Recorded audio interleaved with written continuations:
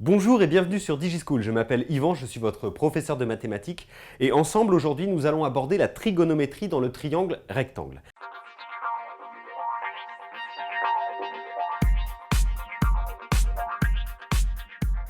Alors d'abord penchons-nous sur le terme trigonométrie.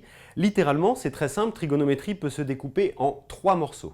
Le premier morceau, tri qui signifie 3, gon pour angle et métrie pour mesure. Donc, il va s'agir tout simplement d'étudier la mesure des trois angles d'un triangle rectangle. Pour ça, nous avons d'abord besoin de voir un petit peu de vocabulaire nouveau sur le triangle rectangle. On va prendre un triangle rectangle ABC, rectangle donc en A, comme vu sur le dessin. Vous avez bien évidemment l'hypoténuse que vous connaissez depuis longtemps. L'hypoténuse qui n'est pas par définition le côté le plus long du triangle, mais qui est le côté opposé à l'angle droit, donc celui qui se situe en face de l'angle droit et qui, par conséquent, devient effectivement le côté le plus long du triangle. Les deux nouvelles notions, les deux nouveaux mots de vocabulaire qu'il faut maîtriser pour ce chapitre, il va s'agir du côté adjacent à un angle et du côté opposé à un angle. Je vous conseille, quand vous vous trouvez face à un triangle rectangle et que vous devez utiliser la trigonométrie, de commencer bien évidemment par identifier qui est l'hypoténuse. Ensuite, par rapport à l'angle que vous considérez, ici nous considérons l'angle ACB que je vais marquer en rouge. Par rapport à cet angle ACB, il va s'agir d'identifier d'abord le côté opposé. Alors le côté opposé, c'est très simple, c'est celui qui est en face de l'angle. Ici, mon angle ACB est ici, donc le côté opposé sera le côté AB. Et le côté adjacent sera le côté qui restera, que vous n'aurez pas identifié, donc qui n'est ni l'hypoténuse ni le côté opposé. Il s'agit du côté qui est collé à cet angle ACB, mais qui n'est pas l'hypoténuse. Donc trois notions à maîtriser au départ, trois notions de vocabulaire un petit peu nouvelles pour certaines, l'hypoténuse, le côté adjacent et le côté opposé à un angle. Bien évidemment, cela va changer en fonction de l'angle que vous considérez. Si on considère l'angle ABC, l'hypoténuse va bien évidemment rester la même. Cependant, le côté adjacent à cet angle sera le côté AB et le côté opposé à cet angle sera le côté AC. Nous allons donc maintenant voir trois formules trigonométriques qui vont nous permettre de relier les mesures des côtés d'un triangle rectangle aux mesures des angles. Ces trois formules sont à connaître par cœur.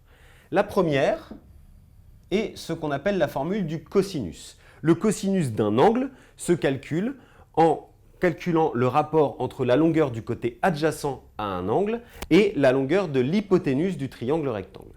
Nous avons ensuite la formule du sinus qui s'obtient, elle, le sinus d'un angle, en calculant le rapport entre la longueur, cette fois-ci, du côté opposé à cet angle et toujours la longueur de l'hypoténuse du triangle rectangle. Et enfin, la troisième formule à connaître, qui est la formule de la tangente d'un angle, celle-ci s'obtient en divisant la longueur du côté opposé par la longueur du côté adjacent. Plus d'hypoténuse dans cette formule.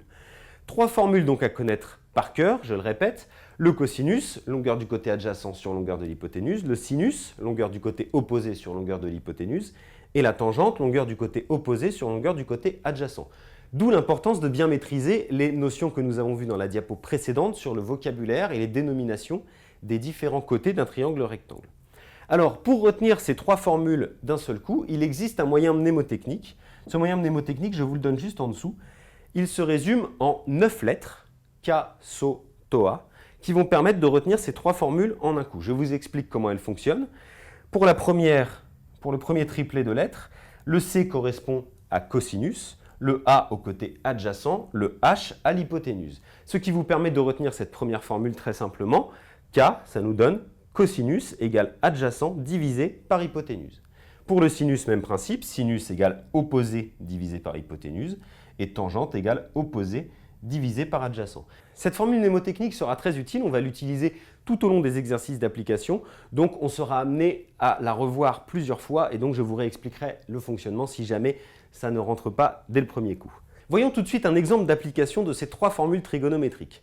Nous allons nous placer dans un triangle ABC, rectangle en A, pour lequel je vous donne comme mesure des côtés le triplet pythagoricien qui est bien connu pour les triangles rectangles, 3 cm pour la longueur AB, 4 cm pour la longueur AC et 5 cm pour la longueur BC. Je vous ai rappelé en haut à droite la formule K-SO-TOA qui nous permet de retenir les trois formules trigonométriques.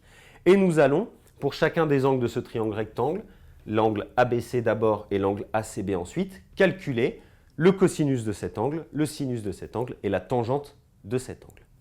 Pour ça, le premier travail va être d'identifier le rôle de chacun des côtés du triangle rectangle par rapport à l'angle que l'on considère. On va d'abord commencer par l'angle ABC. L'angle ABC que je vais marquer en rouge sur ce triangle rectangle. Il vous faut d'abord, je vous l'ai dit dans la première diapositive, commencer par identifier l'hypoténuse. L'hypoténuse, ce n'est pas compliqué, c'est le côté opposé à l'angle droit. Il s'agit donc du côté BC.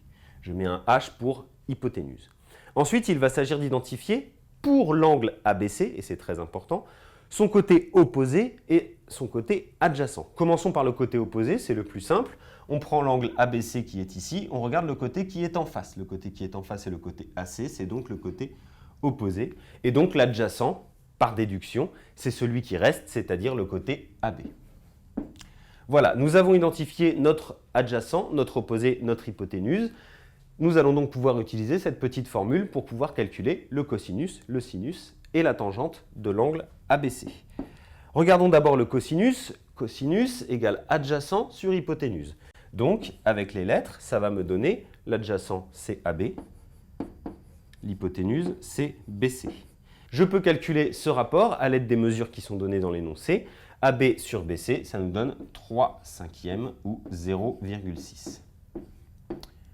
Alors pour l'instant, j'ai bien conscience que ces valeurs n'ont pas beaucoup de sens pour vous. On verra dans les chapitres suivants comment utiliser les valeurs des cosinus, sinus et tangentes qui seront calculées. Enchaînons avec le sinus. Le sinus, d'après la formule qui est en haut, donne opposé sur hypoténuse. Opposé, c'est-à-dire AC, sur hypoténuse BC, ce qui va nous donner 4/5 ou 0,8. Et enfin, pour la tangente, nous avons opposé sur adjacent, donc ça nous donne AC sur AB, c'est-à-dire 4/3. 4/3, on ne peut pas donner d'écriture décimale puisque 4/3 n'est pas un nombre décimal. Voilà pour l'angle ABC. Voyons maintenant l'angle ACB que je marque en vert. Refaisons le même travail d'identification. L'hypoténuse reste la même, il n'y a absolument aucune raison que cela change. Le côté opposé à l'angle ACB sera le côté AB et le côté adjacent, par déduction, le côté AC. On va donc appliquer une deuxième fois la formule mnémotechnique qui est en haut. Pour le cosinus, adjacent sur hypoténuse, ça va nous donner AC sur BC, c'est-à-dire 4/5, c'est-à-dire 0,8.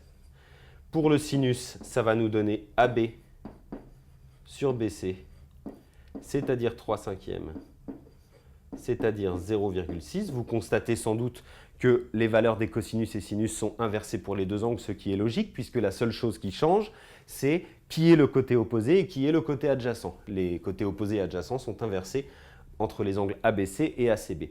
La tangente, par contre, ça va être un petit peu différent. Cette fois-ci, ça va être l'inverse de ma fraction. Donc AB sur AC, c'est-à-dire 3/4, c'est-à-dire 0,75. Cette vidéo est terminée, je vous invite à bien voir et revoir ces trois formules de trigonométrie ainsi que les notions de vocabulaire vues au début, de faire plusieurs exercices d'application sur des calculs basiques de cosinus, sinus et tangente pour les angles. Et ensuite, je vous invite à visionner la vidéo suivante pour des exercices d'application un petit peu plus pointus. Je vous dis à bientôt sur DigiSchool.